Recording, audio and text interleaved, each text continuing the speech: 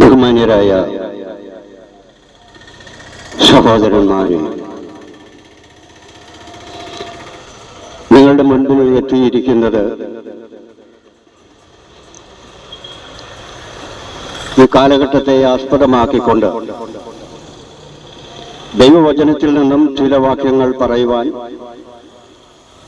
ആഗ്രഹിക്കുമ്പോൾ നിങ്ങളുടെ വിലയേറിയ സമയത്ത് നമ്മുടെ രക്ഷിതാവും കർത്താവുമായ യേശുക്രിസ്തുവിന്റെ നാമത്തിൽ സ്വാഗതം ചെയ്യുകയാണ്. യേശു കർത്താവിന്റെ സമാധാനവും സന്തോഷവും സ്നേഹവും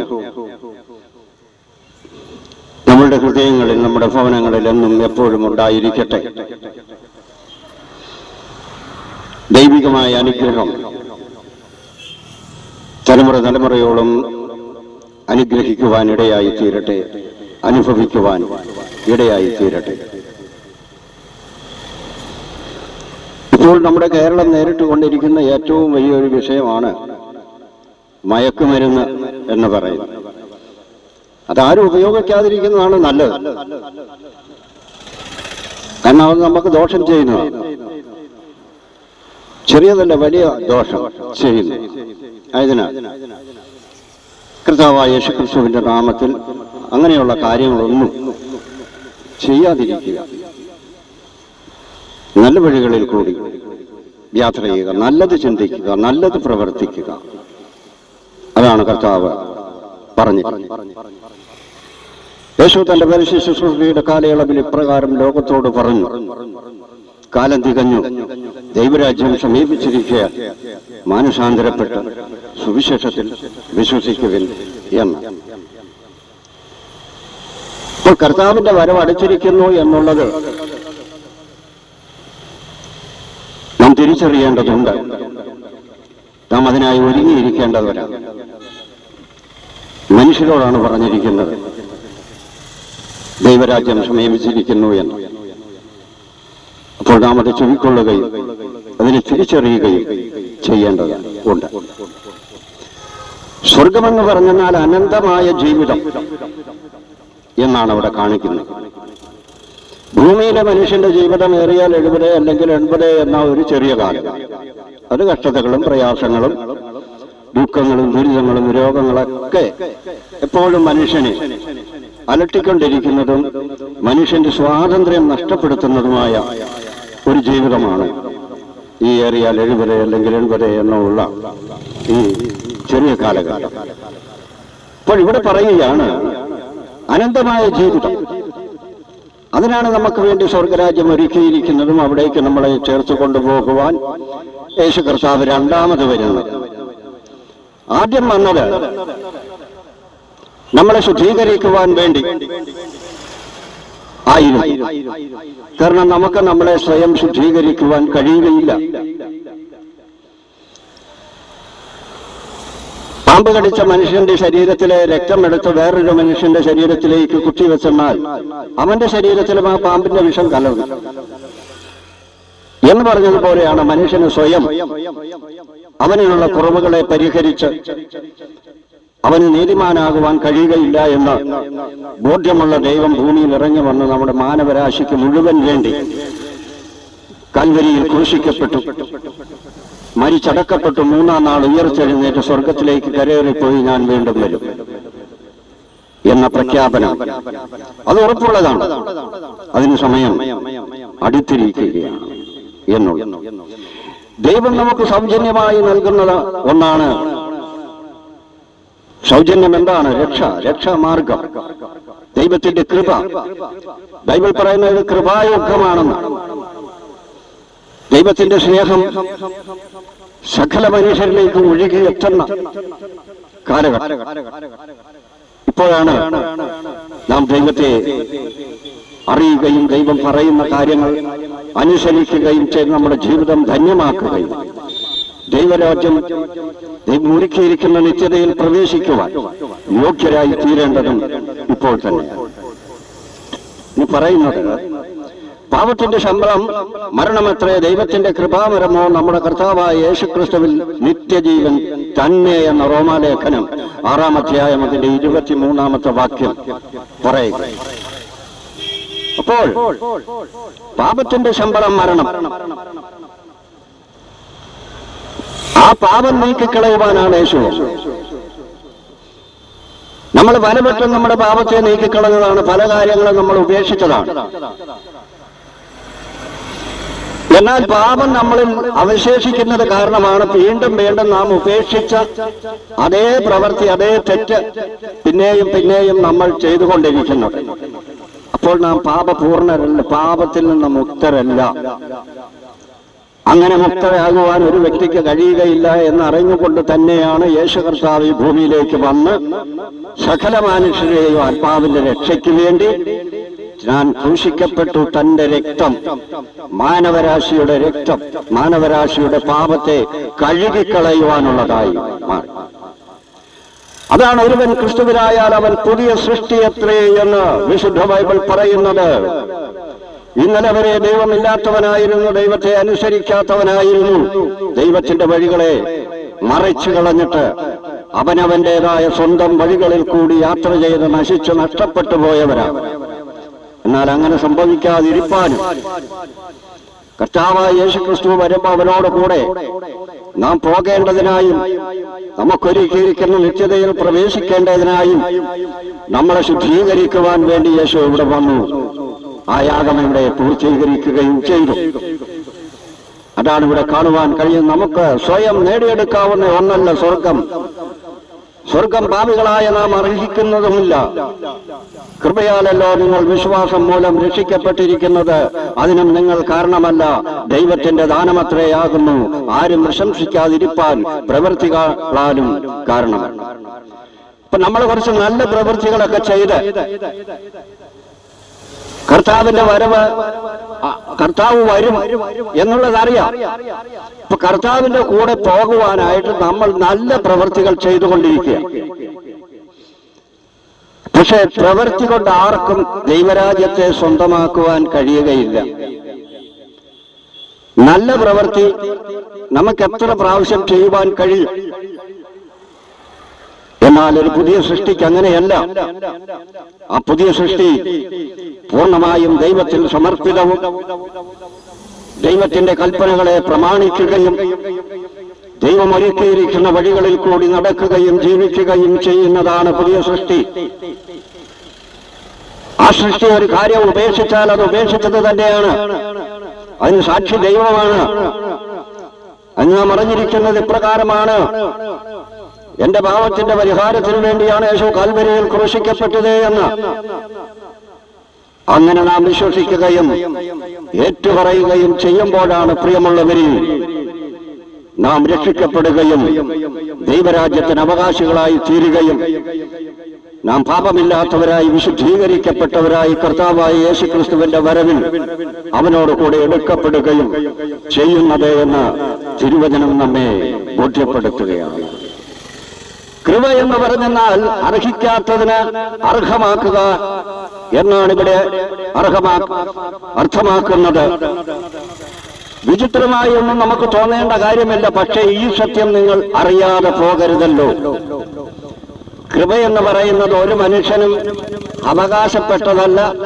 കാരണം ദൈവത്തെ അനുസരിക്കാതെ മനുഷ്യൻ ജീവിക്കുമ്പോൾ, ദൈവത്തെ അറിയാതെ ദൈവത്തിന്റെ കൽപ്പനകളെ പ്രമാണിക്കാതെ ജീവിക്കുന്ന മനുഷ്യനോട് ദൈവം കാണിച്ച കരുണയ്ക്കാണ് കൃപ എന്ന് പറയുന്നത്.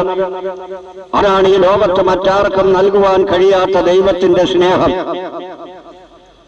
അത്രയും ത്യാഗമാണ് ദൈവമായ കർത്താവ് നമുക്ക് വേണ്ടി സഹിച്ചത്. തന്റെ ശരീരത്തിൽ ഓരോ ആണിയും അടിച്ചു കയറ്റിയപ്പോൾ യേശു പ്രാർത്ഥിച്ചത്, പിതാവേ, ഇവർ ചെയ്യുന്നത് ഇന്നതേ എന്നറിയായ കൊണ്ട് ഇവരോട് ക്ഷമിക്കണമേ എന്ന്.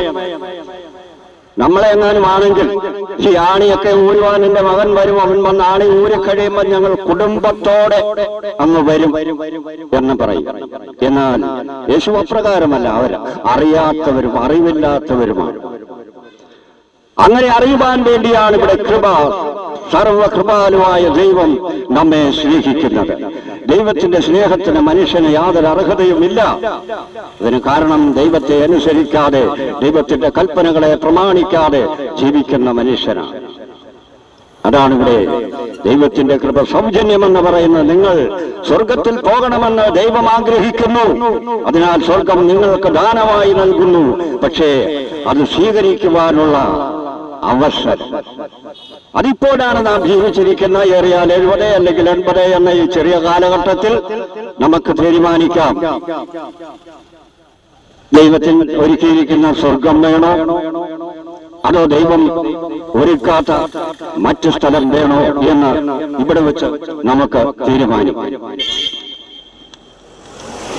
സ്വർഗം എന്ന ദാനം ലഭിക്കുന്നവർ അല്ലെങ്കിൽ ലഭിക്കുവാൻ മനുഷ്യൻ അർഹനല്ല. കാരണം മനുഷ്യൻ ജന്മനാ പാപിയാണ്. അത് പഴയ നിയമത്തിലേക്ക് പോകുമ്പോൾ കാണുവാൻ കഴിയും. ഉൽപ്പത്തി പുസ്തകം പഠിക്കുമ്പോൾ ആദ്യ പിതാവായ ആദാമും ഹവ്വയും പാപം ചെയ്തു. അപ്പോൾ പാപം എവിടെ നിന്ന് വരുന്നു എന്നിവിടെ നമുക്ക് മനസ്സിലാക്കുവാൻ കഴിയും. ദൈവം പറഞ്ഞു, തോട്ടത്തിന്റെ നടുവിലുള്ള നന്മകളുടെ വൃക്ഷത്തിന്റെ ഫലം നിങ്ങൾ ഭക്ഷിക്കരുതേ എന്ന് ദൈവം മനുഷ്യനോട് പറഞ്ഞു. എന്നാൽ നല്ല നിറവും നല്ല ഗന്ധവും അതിന്റെ രുചി എന്താണെന്ന് അറിഞ്ഞിട്ട് പോലുമില്ലെങ്കിലും അതിനൊരു നല്ല രുചിയുണ്ട് എന്ന് മനുഷ്യൻ ചിന്തിച്ചുകൊണ്ട് ദൈവം നിഷേധിച്ചിരുന്നതായ ആ ഫലം അവൻ തിന്നുവാനിടയായി. അവിടെ സംഭവിച്ചത്, പാപം പുറത്തായിരുന്നു നിന്നത്. ആ പാപത്തെ നാം സ്വീകരിച്ച് നമ്മുടെ അകത്താക്കി എന്നുള്ളത്. അപ്പോൾ പുറത്തു നിൽക്കുന്ന പാപത്തെ നാം വിളിച്ച് അല്ലെങ്കിൽ നാം അതെടുത്ത് ഉപയോഗിക്കുക. അങ്ങനെയാണ് നാം ദൈവ തേജസ് നഷ്ടപ്പെട്ടവരായി, ദൈവസന്നിധിയിൽ നിന്ന് പുറന്തള്ളപ്പെട്ടവരായി, നിത്യമരണത്തിന് യോഗ്യന്മാരായി തീരുന്നത് എന്ന്. ജന്മനാൽ പാപിയായ മനുഷ്യന്റെ നീതി പ്രവൃത്തികൾ അവന്റെ രക്ഷയ്ക്ക് പര്യാപ്തമല്ല. ഞങ്ങൾക്ക് രക്ഷ ഉണ്ടാകുമോ? ഞങ്ങളെല്ലാവരും അശുദ്ധനെ പോലെ ആയിത്തീർന്നു. ഞങ്ങളുടെ നീതി പ്രവൃത്തികളൊക്കെയും കറപുരണ്ട തുണി പോലെ. മനുഷ്യൻ നീതി പ്രവൃത്തികൾ ചെയ്യുന്നത് ദൈവത്തിന്റെ മുൻപിൽ കറപുരണ്ട തുണി പോലെയാണെന്ന് യെശയ്യാ പ്രവചനം 64-ാം അധ്യായത്തിന്റെ 6-ാമത്തെ വാക്യം പറയുകയാണ്. അപ്പോൾ മയക്കുമരുന്ന് കഴിക്കണോ? അതാണോ നല്ലത്? ധാരാളം മദ്യം കഴിച്ചിട്ട് സ്വയമല്ല മറ്റുള്ളവരെ കൂടിയും നശിപ്പിക്കണോ എന്നുള്ളതാണ് നാം ചിന്തിക്കേണ്ടത്. അതിനാണ് ഇവിടെ ദൈവമായ കർത്താവ് പറഞ്ഞത്, ഇപ്പോൾ ഇത് രക്ഷയുടെ സമയമാണ്. നിങ്ങൾ രക്ഷിക്കപ്പെടുവാൻ ആഗ്രഹിക്കുന്നുവെങ്കിൽ അതിനുള്ള സുവർണാവസരം, സമയം ഇതുതന്നെ എന്ന് ഇവിടെ ഈ പുണ്യപ്രവർത്തികൾ ചെയ്ത് സ്വർഗരാജ്യത്തിന് അവകാശികളായി തീരും എന്ന് ആഗ്രഹിക്കുന്നുവെങ്കിൽ ഒരിക്കലുമില്ല പ്രിയമുള്ളവരെ, അത് സാധ്യമല്ല. കാരണം യെശയ്യാ പ്രവാചകൻ തന്നെ പറയുന്നു, മനുഷ്യന്റെ നീതി പ്രവൃത്തികൾ കറപുരണ്ട തുണി പോലെയാണ്. കറപുരണ്ട തുണിയുടെ വിശേഷം എന്താണ്? മാന്യമായ സ്ഥലങ്ങളിലെങ്ങും ഉടുത്തുകൊണ്ട് പോകുവാൻ പറ്റുകയില്ല. ചെന്ന് കഴിഞ്ഞാൽ ഒരു വില കൽപ്പിക്കും, ഇന്നതെന്ന്. അതുപോലെയാണ് ദൈവസന്നിധിയിൽ ഈ മനുഷ്യന്റെ ഭൂമിയിൽ, ഈ ലോകത്ത് ജീവിക്കുന്ന മനുഷ്യന്റെ നീതിപ്രവൃത്തി. ആ നീതിപ്രവൃത്തി കൊണ്ട് ഒരുത്തർക്കും ദൈവസന്നിധിയിൽ നിൽക്കുവാനോ, കർത്താവിന്റെ 2ാമത്തെ വരവിൽ അവനോട് കൂടെ ചേരുവാനോ, നിത്യതയായി അവൻ ഒരുക്കിയിരിക്കുന്ന അസ്വർഗരാജ്യം ഭവനത്തിൽ പ്രവേശിക്കുവാനോ ആർക്കും കഴിക്കുകയില്ല. കഴിയുന്ന ഒരേ ഒരു വഴിയേ ഉള്ളൂ. അതാണ് വഴിയും സത്യവും ജീവനും ഞാൻ തന്നെയാണ് എന്ന് വിളിച്ചു പറഞ്ഞ യേശുക്രിസ്തു എന്ന ഏക രക്ഷകനിൽ കൂടി മാത്രമാണ് നമുക്ക് ദൈവരാജ്യത്തിൽ പ്രവേശിക്കുവാൻ കഴിയുന്നത്. മനുഷ്യന്റെ ശരീരം മാത്രമാണ് ഈ ഭൂമിയിൽ നശിച്ചു പോകുന്നത്, മണ്ണോട് ചേരുന്നത്. അവന്റെ ആത്മാവിന് നാശമില്ല. അതിനാണ് പറയുന്നത് സകല ആത്മാക്കളുടെയും ഉടമസ്ഥനായ ദൈവം, സകല ആത്മാക്കളുടെയും ഉടമസ്ഥനായ ദൈവമെന്ന് പറയുന്നത്. അപ്പോൾ ദൈവത്തെ നാം അനുസരിക്കുക, ദൈവത്തിന്റെ കൽപ്പനകളെ പ്രമാണിക്കുക എന്ന് പറഞ്ഞെന്നാൽ ദൈവത്തിൽ വിശ്വസിക്കുക. മരിച്ചടക്കപ്പെട്ട് മൂന്നാം നാൾ ഉയർത്തെഴുന്നേറ്റ് സ്വർഗത്തിലേക്ക് കരേറിപ്പോയ യേശുക്രിസ്തുവിനെ വിശ്വസിക്കുക. അവനാണ് യഥാർത്ഥത്തിൽ നമ്മെ രക്ഷിക്കുവാൻ, നമ്മെ പാപത്തിൽ നിന്ന് മോചിപ്പിക്കുവാനായി ഈ ഭൂമിയിലേക്ക് ഇറങ്ങി വന്നത് എന്ന് ഇവിടെ നമുക്ക് കാണുവാൻ കഴിയും. ദൈവം ആഗ്രഹിക്കുന്ന തരത്തിലുള്ള പ്രവൃത്തികൾ ചെയ്യുവാനും മനുഷ്യന് കഴിയുകയില്ല. നന്മ ചെയ്യുന്നവനില്ല, ഒരുത്തൻ പോലുമില്ല. റോമർ 3:12 പറയുന്നു, ഒരുത്തൻ ന്യായപ്രമാണം മുഴുവനും അനുസരിച്ച് നടന്നിട്ടും ഒന്നും തെറ്റിയാൽ അവൻ സകലത്തിലും കുറ്റക്കാരനായിത്തീരും. 10 കൽപ്പനകളാണ് ദൈവത്തിന്റെ ന്യായപ്രമാണം എന്ന് പറയും. ഈ ന്യായപ്രമാണം 9 എണ്ണവും അനുസരിച്ചു. 10ാമത്തതിൽ അവൻ തെറ്റിപ്പോയി. വീണ്ടും അവൻ താഴേക്ക് വന്നു, സീറോയിലേക്ക്. യാതൊരു പുരോഗതിയും പ്രാപിക്കുവാൻ കഴിഞ്ഞു. അങ്ങനെ സീറോയായി പോയ മനുഷ്യൻ ഒരിക്കലും കർത്താവ് എപ്പോൾ വരുമെന്ന് ആർക്കും അറിഞ്ഞുകൂടെ. ശിഷ്യന്മാർ ചോദിച്ചപ്പോഴൊക്കെയും പറഞ്ഞത് അത് നിങ്ങൾ അറിയേണ്ട കാര്യമല്ല, ഒരുങ്ങിയിരിക്കുക എന്നാണ് കർത്താവ് പറഞ്ഞത്. ഒരുങ്ങിയിരിക്കണം. അങ്ങനെ ഒരുങ്ങിയിരുന്ന 10 കന്യകമാരെ പറ്റി പറയുന്നുണ്ട് വിശുദ്ധ ബൈബിളിൽ. അവർ മണവാളനെ എതിരേൽക്കുവാൻ 5 കന്യകമാർ വിളക്കിൽ എണ്ണയൊഴിച്ച് തിരിയും കത്തിച്ച് കാത്തുനിന്നു. 5 കന്യകമാർ എണ്ണയില്ലാത്ത വിളക്കുമായി മണവാളനെ കാത്തുനിന്നു. മണവാളൻ എന്ന് പറയുമ്പോൾ ഈ ലോകത്തിലെ ഏറ്റവും വലിയ സന്തോഷം പകരുന്ന ഒരു ദിവസമാണ് 2 വ്യക്തികൾ തമ്മിലുള്ള വിവാഹം എന്ന് പറയുന്നത്. ആ വിവാഹം അത്രയും വലിയ സന്തോഷമുള്ള ഒന്ന് ഈ ലോകത്ത് വേറെയില്ല. അതുപോലെയാണ് മണവാളനായ കർത്താവ് തന്റെ സഭയാകുന്ന മണവാട്ടിയെ ചേർത്തുകൊണ്ട് പോകുവാൻ ഈ ഭൂമിയിലേക്ക് ഇറങ്ങി വരുമ്പോൾ ഒരുങ്ങിയിരിക്കണം എന്നാണ് തിരുവെഴുത്ത് പഠിപ്പിക്കുന്നത്. 10 കന്യകമാരിൽ 5 പേരുടെ കയ്യിൽ വിളക്കും തിരിയും. അവർ വിളക്ക് കത്തിച്ചു. മണവാളൻ അവരോട് കൂടെ അവരെയും ചേർത്തുകൊണ്ട് പോയി. 5 പേരോ ഇവിടെ തള്ളപ്പെട്ടവരായിപ്പോയി. അപ്പോൾ പ്രിയമുള്ളവരെ, അങ്ങനെ തള്ളപ്പെട്ടവരുടെ പട്ടികയിലേക്ക് പോകരുത്. കാരണം രക്ഷയുടെ മാർഗം തുറന്നിരിക്കുന്നു. പഴയ നിയമം പഠിക്കുമ്പോൾ ഇപ്രകാരം കാണുവാൻ കഴിയും. പ്രാകാരം, വിശുദ്ധ സ്ഥലം, അതിവിശുദ്ധ സ്ഥലം. സാധാരണ മനുഷ്യർക്ക് പ്രാകാരത്തിൽ പോയിരുന്ന് ദൈവത്തെ ആരാധിക്കാം. കുറച്ചുകൂടെ മുതിർന്നവർക്ക് അല്ലെങ്കിൽ ദൈവത്തിന്റെ ദാസന്മാർക്ക് വിശുദ്ധ സ്ഥലത്ത് കടന്നു.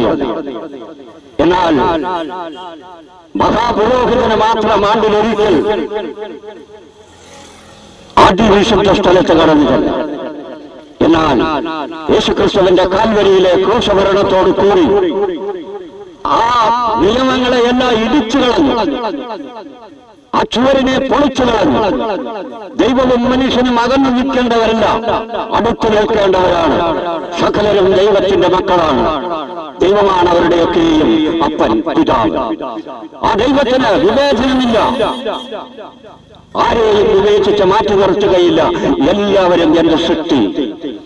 ദൈവം തന്റെ സ്വന്തം കൈകൊണ്ട് നിർമ്മിച്ച സൃഷ്ടിച്ച അത്യുത്കൃഷ്ട സൃഷ്ടിയാണ് മനുഷ്യൻ. ആ മനുഷ്യനെ ദൈവം ഒരിക്കലും തരംതിരിച്ച് മാറ്റി നിർത്തുകയില്ല. ആ ദൈവം നമ്മെ എല്ലാവരും കർത്താവായ യേശുക്രിസ്തുവിന്റെ അടുത്തേക്ക് ആർക്ക് വേണമെങ്കിലും കടന്നു ചെല്ലാം. ഇപ്പോൾ വേണമെങ്കിലും കടന്നു ചെല്ലാം. നാം ഇരിക്കുന്ന ഇടത്തിരുന്നു കൊണ്ട് യേശുവേ, എന്നെ രക്ഷിക്കണമേ, എന്നെ സഹായിക്കണമേ, എന്റെ ഈ അവസ്ഥയിൽ നിന്ന് എന്നെ വിടുവിക്കണമേ എന്ന് ആർക്ക് വേണമെങ്കിലും അവരിയ്ക്കുന്നിടത്തിരുന്ന് പ്രാർത്ഥിച്ചെന്നാൽ ആത്മാവാകുന്ന ദൈവം നമ്മുടെ പ്രാർത്ഥന കേൾക്കും. ആ ദൈവത്തിന് കണ്ണുണ്ട്, ചെവിയുണ്ട്, കേൾക്കുകയും ചെയ്യും, കാണുകയും ചെയ്യും. ആ ദൈവം നമ്മെ ഒരിക്കലും കൈവിടുകയില്ല, ഉപേക്ഷിക്കുകയും ഇല്ല. ഞാനൊരു ചെറിയ ഉപമ ഓർക്കുകയാണ്. ഒരു കൃഷിക്കാരൻ താൻ കൃഷി ചെയ്ത് സമ്പാദിക്കുന്ന സകലതും തന്റെ ആവശ്യത്തിനെടുത്തതിന് ശേഷം ബാക്കിയെല്ലാം രാജകൊട്ടാരത്തിൽ കൊണ്ടുപോയി കൊടുക്കുമായി. അത് രാജാവിന്റെ ഭണ്ഡാരത്തിൽ അത് സൂക്ഷിച്ചു വയ്ക്കും. ഒടുവിൽ ആ മനുഷ്യന്റെ മകളുടെ വിവാഹം അടുത്തപ്പോൾ ആ മനുഷ്യന്റെ ഒന്നുമില്ല. അദ്ദേഹം രാജാവിന്റെ അടുത്ത് എന്ന് പറഞ്ഞ്, രാജാവേ, എന്റെ മകൾക്ക് വിവാഹ നിശ്ചയം പൂർത്തിയായി, നല്ലൊരു ചെറുക്കനെ കണ്ടിരിക്കുന്നു, ആ വിവാഹം നടത്തുവാൻ ഞങ്ങൾക്ക് ഇഷ്ടമാണ്, പക്ഷേ ഞങ്ങൾക്ക് വിവാഹം നടത്തുവാൻ ആവശ്യമായ സാമ്പത്തികമൊന്നും ഞങ്ങളുടെ കയ്യിലില്ല എന്ന് പറഞ്ഞപ്പോൾ രാജാവിന് മനസ്സിലായി, ഇവൻ ജോലി ചെയ്ത് അല്ലെങ്കിൽ ഇവൻ വീർത്തുണ്ടാക്കിയത് മുഴുവൻ കൊട്ടാരത്തിന്റെ ഭണ്ഡാരത്തിലേക്ക് നൽകിയവനാണ്, ഇവന്റെ ആവശ്യം ഇപ്പോൾ വന്നിരിക്കുന്നു, അവനെ ഞാൻ സഹായിക്കണമെന്ന്.